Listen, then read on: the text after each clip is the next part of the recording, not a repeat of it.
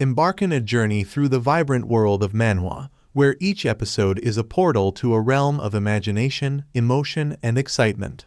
Whether you're a seasoned manhwa enthusiast or just taking your first steps into this mesmerizing universe, Manhwa Recap Hub is your go-to source for all the latest insights, reviews, and juicy recaps. The house-wrecked scene unfolded in a nightmarish symphony of destruction. The protagonist, a shattered soul in the ruins of his once happy home, was surrounded by the grim aftermath of the monster's rampage. The air was thick with the acrid scent of burning memories, and the protagonist's heart lay in ruins alongside his family. As he surveyed the devastation, the protagonist's eyes fell on the grotesque remnants of his parents' heads, the only remnants of the family he once knew. Grief and despair gripped his soul, and he wished for an end to his suffering, a wish that echoed in the emptiness of his thoughts. But fate had a cruel twist in store. The monstrous creature, embodiment of the protagonist's living nightmare, approached with malicious intent. The protagonist's desperate thoughts were abruptly severed as the monster's cruel chop decapitated him, ending his suffering in a macabre display. The monster callously dragged the lifeless body, leaving a trail of despair in its wake.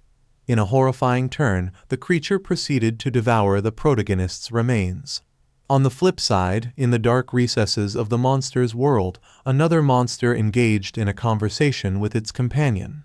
One monster, seemingly satiated, remarked on the enjoyment of playing with prey. Its friend, however, suggested a change of menu for the next hunt. Laughter echoed in the shadows as the monsters reveled in their twisted sense of amusement. Suddenly, a revelation disrupted their sinister amusement. One monster, pointing to its companion holding a severed arm, inquired about the curious collection. It was then that the resurrected protagonist, fueled by rage, launched a frenzied attack. The monster, perplexed at the familiar face it had consumed earlier, lifted the protagonist for inspection. Amidst the chaos, the protagonist's regenerating arm left the monster bewildered.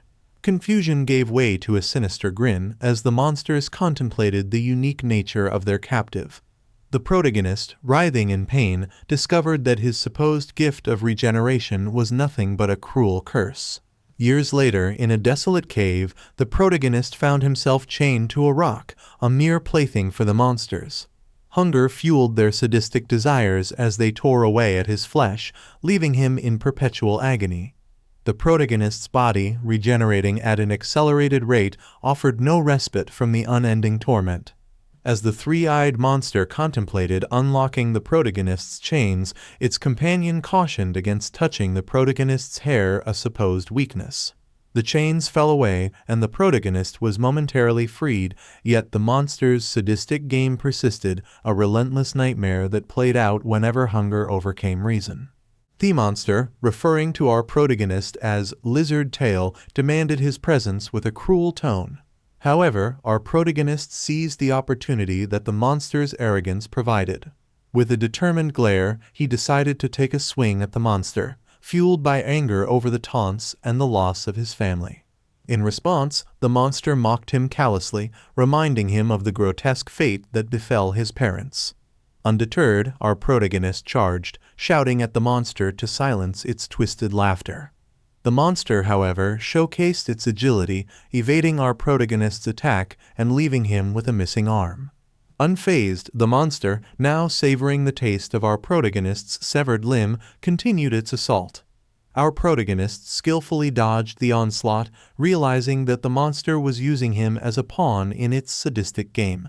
As the relentless attacks continued, our protagonist mustered the strength for a counterattack. In a moment of defiance, he landed a punch on the monster, only to have his fist caught. The monster, reveling in its perceived superiority, broke our protagonist's arm. Yet our protagonist's resilience shone through. Seizing an opportune moment, he strategically used his regenerating arm to choke the monster, turning the tables briefly. Amidst laughter and mockery, he tasted the satisfaction of retaliating against his tormentor. The three-eyed monster, enraged by our protagonist's defiance, retaliated by violently squeezing his head. Despite the pain, our protagonist goaded the monster, urging it to end his suffering. Meanwhile, the other monster proposed a sinister deal to the three-eyed companion, suggesting sparing our protagonist's life in exchange for leading them to a nearby village. The three-eyed monster, entertained by the proposal, slammed our protagonist to the ground and eagerly agreed. The hopelessness of our protagonist's situation sank in as he lay on the ground, realizing he was not to be granted the mercy of death.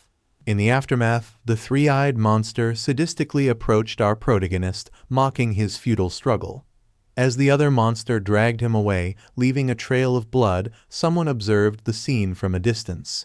Analyzing the blood on the ground, the observer recognized it as human, but the sheer quantity hinted at monstrous activity. Meanwhile, our protagonist, chained and battered, desperately warned the villagers of the impending danger. The three-eyed monster, dismissing his cries, claimed that humans only believe what they see. Ignoring the monster, our protagonist continued his futile efforts until a sudden, loud step interrupted the bleak scene. A mysterious man, appearing unexpectedly, commended our protagonist for leading him to them. He revealed that while he couldn't track our protagonist through blood, his scream served as a beacon. Our protagonist, surprised, questioned why the man didn't heed his warnings, to which the man simply acknowledged his achievement and expressed gratitude for the valuable information. The tense confrontation unfolded as our protagonist questioned the man, demanding to know why he couldn't see the monsters that loomed in the vicinity. The man, momentarily speechless, angrily instructed our protagonist to leave the monsters to him. In a surprising turn of events, the man revealed a small bell hidden within his shirt. As he shook the bell, a white aura enveloped him, and he underwent a transformation. A girl materialized behind him, leaving both the three-eyed monster and the other one astonished. Introducing himself as Chinwoo, a monster hunter, he explained his role as someone tasked with hunting down monsters. The monsters, baffled by this revelation, were caught off guard when Chinwoo unsheathed his sword. With a swift swing, he cleaved the three-eyed monster in half, shocking our protagonist and the remaining monster. The other monster, enraged and determined to silence Chinwoo, launched a counterattack using its tentacles. However, Chinwoo effortlessly deflected each attack. The monster attempted a fierce punch, but Chinwoo, using his sword with precision, skillfully cut the creature in half. A mysterious light from above descended, cutting the ground. The remaining monster, realizing the imminent danger, evaded the attack. Chinwoo, displaying mastery over his skills, attacked the monster, piercing its chest with an aura. The defeated monster crumpled to the ground. Chinwoo freed our protagonist from the chains, assuring him that the danger had passed. Our protagonist, overwhelmed with a mix of emotions, laughed and cried simultaneously. He expressed his gratitude and admiration for Chinwoo's ability to defeat the monsters. Curious and inspired, our protagonist asked Chinwoo to teach him how to kill monsters. Chinwoo explained that they were monster hunters and suggested that our protagonist could join as a trainee. Resolved, they decided to return to the group together. However, an unexpected revelation stunned Chinwoo. Our protagonist, demonstrating his regenerative ability, explained the years of torment he endured at the hands of the monsters. He expressed his desire to kill them, kneeling before Chinwoo, seeking guidance. Chinwoo, realizing the depth of our protagonist's suffering, pondered the kind of life he had lived. He reluctantly agreed to teach our protagonist, accepting the responsibility to guide him in their shared mission. As our protagonist embraced the name Lizard's Tail given by the monsters, he vowed never to forget the horrors they inflicted upon him.